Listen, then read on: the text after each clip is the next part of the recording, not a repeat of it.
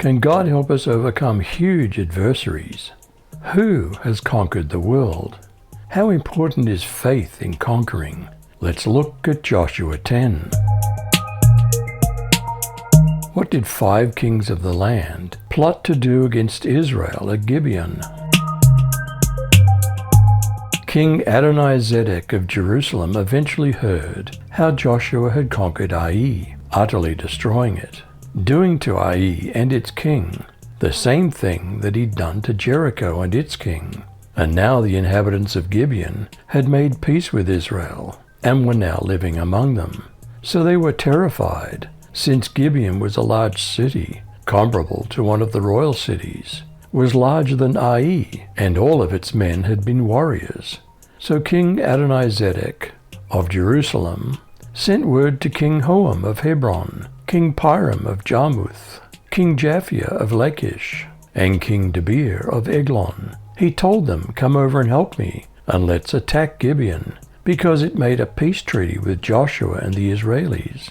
So the 5 kings of the Amorites, the king of Jerusalem, the king of Hebron, the king of Jarmuth, the king of Lachish, and the king of Eglon, gathered their armies together and advanced with all of their armies toward Gibeon, camped there, and laid siege to it.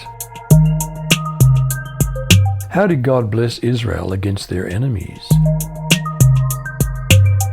And the men of Gibeon sent to Joshua to the camp to Gilgal, saying, "Slack not your hand from your servants. Come up to us quickly, and save us and help us. For all the kings of the Amorites that dwell in the mountains are gathered together against us." So Joshua ascended from Gilgal, he and all the people of war with him, and all the mighty men of valor. And the Lord said to Joshua, "Fear them not, for I've delivered them into your hand, and there shall not a man of them stand before you." Joshua therefore came to them suddenly, and went up from Gilgal all night. And the Lord discomfited them before Israel, and slew them with a great slaughter at Gibeon, and chased them along the way that goes up to Beth-horon, and smote them to Azekah, and to Makkedah. And it came to pass, as they fled from before Israel, and were in the going down to Beth-horon, that the Lord cast down great stones from heaven upon them, to Azekah, and they died. They were more which died with hailstones than they who the children of Israel slew with the sword. What happened to the sun and moon on that day of battle? Then Joshua spoke to the Lord on the day when the Lord turned the Amorites over to the sons of Israel. And he said in the sight of Israel, "Sun, stand still at Gibeon, and moon at the valley of Aijalon." So the sun stood still, and the moon stopped, until the nation avenged themselves of their enemies. Isn't it written in the book of Jasher? "And the sun stopped in the middle of the sky, and didn't hurry to go down for about a whole day." There was no day like that before it or after it, when the Lord listened to the voice of a man, for the Lord fought for Israel. Then Joshua and all Israel with him returned to the camp at Gilgal. Where did the 5 kings flee to hide, and what did Joshua do to them? Now the 5 kings had fled and hidden in the cave at Makkedah. When Joshua was told that the 5 kings had been found hiding in the cave at Makkedah, he said, "Roll large rocks up to the mouth of the cave, and post some men there to guard it. But don't stop. Pursue your enemies. Attack them from the rear, and don't let them reach their cities, for the Lord your God has given them into your hand." So Joshua and the Israelites defeated them completely, but a few survivors managed to reach their fortified cities. The whole army then returned safely to Joshua in the camp at Makkedah, and no one uttered a word against the Israelites. What did Joshua do after opening the cave where the 5 kings had hid? Then Joshua said, "Open the mouth of the cave and bring out those 5 kings to me from the cave." And they did so, and brought out those 5 kings to him from the cave: the king of Jerusalem, the king of Hebron, the king of Jarmuth, the king of Lachish, and the king of Eglon. So it was, when they brought out those kings to Joshua, that Joshua called for all the men of Israel, and said to the captains of the men of war who went with him, "Come near, "Put your feet on the necks of these kings." And they drew near and put their feet on their necks. Then Joshua said to them, "Don't be afraid, nor be dismayed. Be strong and of good courage, for thus the Lord will do to all your enemies against whom you fight." And afterward Joshua struck them and killed them, and hanged them on 5 trees. And they were hanging on the trees until evening. So it was at the time of the going down of the sun that Joshua commanded, and they took them down from the trees, cast them into the cave where they'd been hidden, and laid large stones against the cave's mouth, which remain until this very day.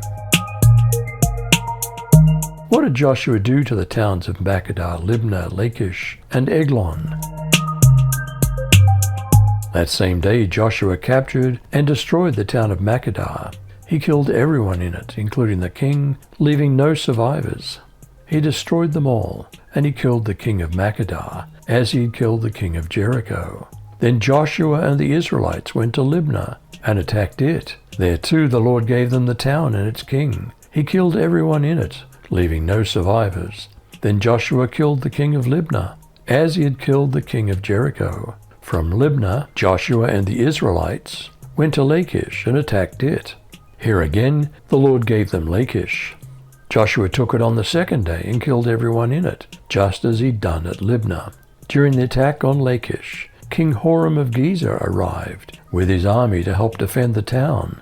But Joshua's men killed him and his army, leaving no survivors. What did Joshua do to the towns of Hebron, Debir, and from Kadesh Barnea to Gaza, and all the country of Goshen? Joshua went up from Eglon, and all Israel with him, to Hebron, and they fought against it. They took it and struck it with the edge of the sword, with its king and all its cities, and all the souls who were in it. He left no one remaining, according to all that he'd done to Eglon, but he utterly destroyed it, and all the souls who were in it. Joshua returned, and all Israel with him, to Debir, and fought against it. He took it with its king and all its cities. They struck them with the edge of the sword, and utterly destroyed all the souls who were in it. He left no one remaining, as he'd done to Hebron. So he did to Debir, and to its king, as he'd done also to Libnah, and to its king. So Joshua struck all the land, the hill country, the south, the lowland, the slopes, and all their kings. He left no one remaining, but he utterly destroyed all that breathed, as Yahweh the God of Israel commanded. Joshua struck them from Kadesh Barnea, even to Gaza and all the country of Goshen, even to Gibeon. Joshua took all these kings and their land at one time, because Yahweh the God of Israel fought for Israel. Joshua returned, and all Israel with him, to the camp to Gilgal. Though we have distresses in the world, who has conquered the world? I've said these things to you so that you'll have peace in me. In the world you'll have distress, but be encouraged. I, that is Jesus, have conquered the world. How important was faith in conquering evil kingdoms in the promised land? Their faith helped them conquer kingdoms, and because they did right, God made promises to them. They closed the jaws of lions and put out raging fires and escaped from the swords of their enemies. Although they were weak, they were given the strength and power to chase foreign armies away. Can God help us overcome huge adversaries? Who has conquered the world? How important is faith in conquering? You decide.